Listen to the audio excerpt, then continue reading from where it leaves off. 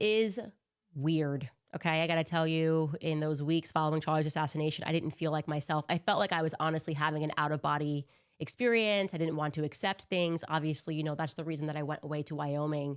But with every week that we move further from September 10th, I have more clarity. And I'm starting to focus on things that happened in those early days.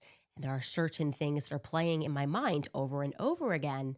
I would say that happened in the first 72 hours following Charlie's assassination.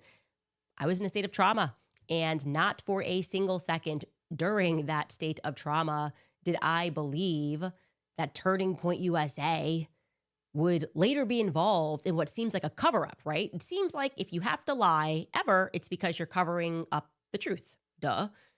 And like I said, my initial sense was that all of us would come together and try to figure out who did this, because the Tyler Robinson story wasn't making any sense. Well, I want to tell you guys this. There's another phone call that I had with Andrew Colvett where I was crying on the phone with him. I mean, I am talking maybe 72 hours max after Charlie was killed. And he was also upset on the phone, but he said something, and it's hitting differently the more that I think about it. He said, and I quote, "Candace, it was supposed to be you. It was supposed to be you." Now, at the time, I dismissed this as some sort of bargaining, right? That's an actual stage of grief. You do bargain. You wish that it was this person. You could trade it. Maybe you wish that it was yourself. And to be honest, I did go through that phase of bargaining with Charlie. Like, why didn't it happen to somebody else? This is a good person who had his whole life ahead of him. I mean, I told you that even my father went through that stage of grief. My father was like, this makes me feel terrible because Charlie has lived his life so admirably, and like I've had so many chances in life, so many illnesses, and it just makes me so sad. But now I'm feeling a little bit different, removed from the situation. Like now I'm going, was I being, I don't know, was he being honest? Was Andrew being honest? Was Andrew trying to maybe communicate to me after, especially given the fact that I told you that while the actual day on September 10th, while Charlie was in the hospital, he told me that there was a list and that me and Tucker Carlson were on it and that we had to lay low, but he never told me who told him that. I never got a call from the feds telling me that. So I feel like these questions I have now are quite valid. Andrew, by the way, was not the only person who called me on that day and reached out to my family on that day with this warning, immediately cautioning me and Tucker to keep our mouths shut, telling us that we should lay low because there was a quote unquote list going around. Another person was a very well-known woman who happens to be married to a CIA contractor. Same exact message. You and Tucker Carlson. But of course, we cannot tell you who we are getting this information from.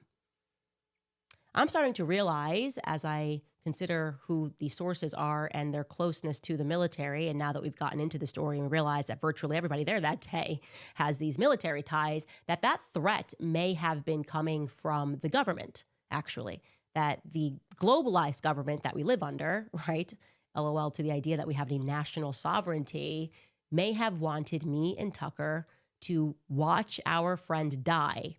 And then that global gang wanted us to know that you will be next if you don't shut up. Like really, it was supposed to be you. And this new saddest angle is not something that seems subtle to me. When I consider that it was Charlie that called me, it was Charlie that said that they want me to stop speaking about Brigitte. And now I consider saddest, which according to our source, our well-placed source, is a front, right? Suddenly this French company comes in and leases a hangar for only 2 years, okay? And immediately this becomes a location where our Egyptian military plane is going to land in Wilmington, Delaware, not to get service. We know there was no maintenance happening because there was this lack of a lease since 2021. All of this now feels really interesting, very interesting. And don't forget that same source claimed that after our Egyptian plane, tail number SUBTT, landed into this federally monitored hangar, that a foreign dignitary was then discreetly moved to 920 King Street, which we've learned and confirmed houses the DEA, the FBI, and the Secret Service. Quite rare, right? Quite rare for the Department of Justice to be coming together with the DHS. I mean, that's weird. So what does France have to do with it, right? What does Tucker Carlson have to do with it? Rationally, when I begin to create a timeline of when my life took a very different turn, it is because I began prodding the narrative on Israel at the exact same time that I began looking into the Brigitte Macron story. That was in March of 2024. It was on March 13th, 2024, that I did the very first ever episode on Brigitte Macron, right? And then, wham, I am fired within 10 days. It's a pretty quick turnaround.